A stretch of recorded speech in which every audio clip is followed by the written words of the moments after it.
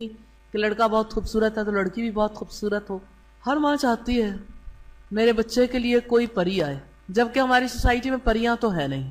اب وہ جو پری دیکھنے والا معاملہ ہے اور شہزادہ گلفام دیکھنے والا معاملہ، کہ کوئی اپنی بیٹی کے لیے شہزادہ گلفام دیکھنا چاہے، تو شہزادے بھی اب نہیں ہیں اور پریاں بھی نہیں ہیں. تو ایسی صورت میں جو آسان ترین طریقہ ہے اور جو لانگ لاسٹنگ ہے اسی کو اختیار کرنا چاہیے. دینداری کی بنیاد پر نکاح کرنے چاہیے.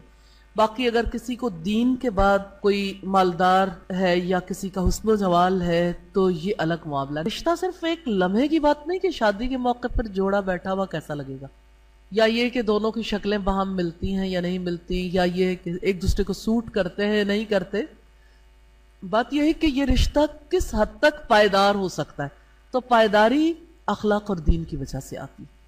اخلاق اور دین کے بغیر رشتے میں پائیداری نہیں آ سکتی. جب آپ صلی اللہ علیہ وسلم کے نکاح کے لیے سیدہ خدیجہ نے پیغام بھیجا. آپ کی عمر 25 برس تھی اور سیدہ خدیجہ کی عمر 40 برس. میری ایک خاتون سے بات ہوئی، انہوں نے کہا کہ میری بیٹی کا رشتہ آیا، لیکن رشتہ ایسا ہے کہ میری بیٹی تو اتنی ہونہار ہے اور اس نے ایسی ڈگری لی جس کی وجہ سے یعنی اس نے جاب بھی کی اور لوگوں میں اس کا بڑا نام ہے، اس نے بہت زیادہ زندگی میں محنت کی.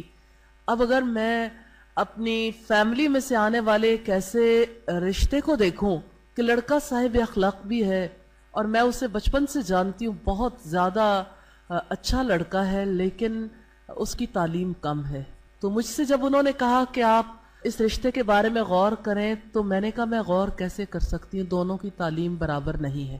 مجھ سے وہ اس حوالے سے بات چیت کر رہی تھیں کہ کیا تعلیم برابر نہ ہو تو ایسی صورتحال میں بھی ہم سے پوچھ گچھ ہوگی اللہ تعالیٰ کی جانب سے. میں نے کہا تعلیم تو کسی کیٹیگری میں ہی نہیں آتی. 4 چیزیں ہیں جس کی بنیاد پر نارملی رشتے کیے جاتے ہیں: حسب، نسب، مال، جمال اور دینداری. تعلیم تو اب 5ویں چیز شامل کر لی گئی. اس میں کوئی شک نہیں کہ صاحب روزگار ہونا چاہیے، حلال روزی کماتا اور اتنا کہ اپنی فیملی کو سپورٹ کر سکتا ہو. لیکن یہ ہے کہ اس بنیاد پر بیٹیوں کے رشتے نہ کرنا کہ ان کے برابر کا رشتہ ہوگا تو کریں گے ورنہ ٹھیک ہے پھر زندگی ایسے ہی گزار دیں، تو یہ ظلم ہے. شریف بچیوں کے لیے بھی زندگی ایسے بسر کرنا انتہائی تکلیف دہ ہے.